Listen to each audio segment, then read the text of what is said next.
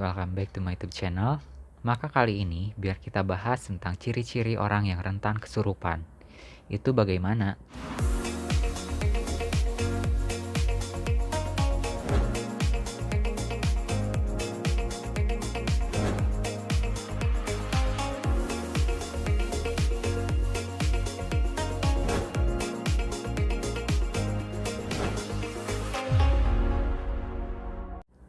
Apa kabar Anda hari ini?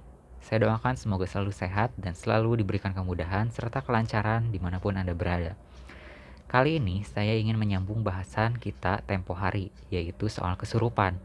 Jadi karena sebelumnya kita sudah bahas tentang ciri-ciri atau tanda-tanda orang kesurupan itu apa saja, maka kali ini giliran kita membahas tentang ciri-cirinya orang yang rentan kesurupan atau bagaimana. Karena setiap yang kita tahu, tidak semua orang pernah kesurupan, dan ada kecenderungan bahwa orang-orang tertentu itu lebih gampang kesurupan. Malah mungkin sebagian besar dari Anda pernah menjumpai sendiri bahwa jika suatu orang kesurupan, kemudian tidak segera dipisahkan dari kawan-kawannya, maka sebagian dari kawan-kawannya ini bakal ikut kesurupan juga. Seperti ketularan, begitu, tetapi tidak semua karena memang kecenderungan orang dalam hal ini tidak sama. Ada orang yang cenderung rentan kesurupan, ada yang tidak. Orang-orang yang cenderung rentan kesurupan ini, cirinya apa saja atau kata lain yang menjadikan orang rentan kesurupan ini sebenarnya apa? Yang pertama adalah suka bengong atau sering melamun. Orang seperti ini termasuk gampang kesurupan. Pikirannya kosong sehingga mudah untuk dimasuki oleh makhluk halus di luar badannya. Tingkat kesadarannya sering menurun. Dan hal ini menyebabkan makhluk halus bisa dengan mudah merasuki, menguasai, mengambil alih alam bawah sadarnya, sehingga terjadilah kesurupan. Kemudian ciri yang kedua adalah kondisi fisik yang tidak fit. Di dalam raga yang sehat terdapat jiwa yang kuat. Jadi, ketika kondisi tubuh kita tidak begitu bagus, maka akan lebih mudah bagi kita untuk kehilangan kesadaran, akan lebih mudah dirasuki makhluk astral, maka dibandingkan orang yang segar bugar, makhluk halus akan lebih mudah merasuk ke dalam jiwa mereka yang fisiknya sedang kurang prima.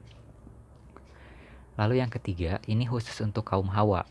Akan lebih mudah mereka dimasuki karena mereka sedang berada di kondisi tidak suci atau datang bulan. Tidak jarang dalam kondisi menstruasi, suasana hati seorang perempuan menjadi gampang berubah-ubah. Sedangkan ciri yang keempat, lebih mudah kesurupan bila orang ini pernah kesurupan. Sebelumnya ibaratnya gerbang kalau sudah pernah jebol satu kali, pertahanan yang sudah pernah runtuh, maka kemungkinan besar akan bisa ditembus lagi. Kalau orang zaman dulu bilang, jalannya sudah ada rutenya. Jadi, lebih mudah untuk makhluk tak kasat mata untuk merasuk ke dalam jiwanya dan menguasai alam bawah sadarnya. Selain keempat ciri ini, masih ada satu ciri lain, yaitu ciri kelima. Akan lebih mudah kesurupan bila yang mengidap sesuatu penyakit tertentu, contohnya fobia atau epilepsi. Penyakit semacam ini bisa jadi pemicu seseorang mengalami kesurupan. Orang yang memiliki fobia berlebih misalnya, alias rasa takut yang berlebihan terhadap sesuatu, cenderung lebih mudah kehilangan kesadaran, sehingga menjadikan rentan dimasuki oleh makhluk halus. Hal ini dikarenakan fobia menimbulkan reaksi emosional yang sangat negatif. Dan reaksi emosional ini membuat seseorang sulit mengendalikan pikirannya sendiri. Kondisi lepas kendali karena takut inilah yang meskipun hanya terjadi selama beberapa saat, namun dapat dimanfaatkan oleh para makhluk gaib yang berniat usil. Sampai di sini beberapa ciri yang mungkin Anda punya salah satunya. Bahkan ciri-ciri semua ini harus bagaimana berbuat apa supaya kita tidak gampang kesurupan. Salah satu cara agar terhindar dari kesurupan tentu saja dengan memperbanyak ibadah, mendekatkan diri kepada Tuhan. Lalu selain itu juga bagi Anda untuk memperbanyak sosialisasi dalam berkeluarga, kerabat maupun kawan-kawan Anda. Dua hal ini akan membantu Anda mengisi kekosongan pikiran, sehingga tidak ada celah untuk makhluk halus yang memaksa masuk ke tubuh Anda. Dari kelima ciri ini, adakah yang Anda punya?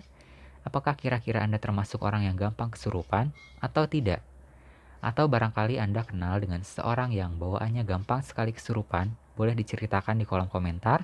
Atau barangkali Anda mengalami sampai suatu peristiwa kesurupan yang berkesan dan patut untuk diceritakan. Boleh juga Anda berikan di kolom komentar.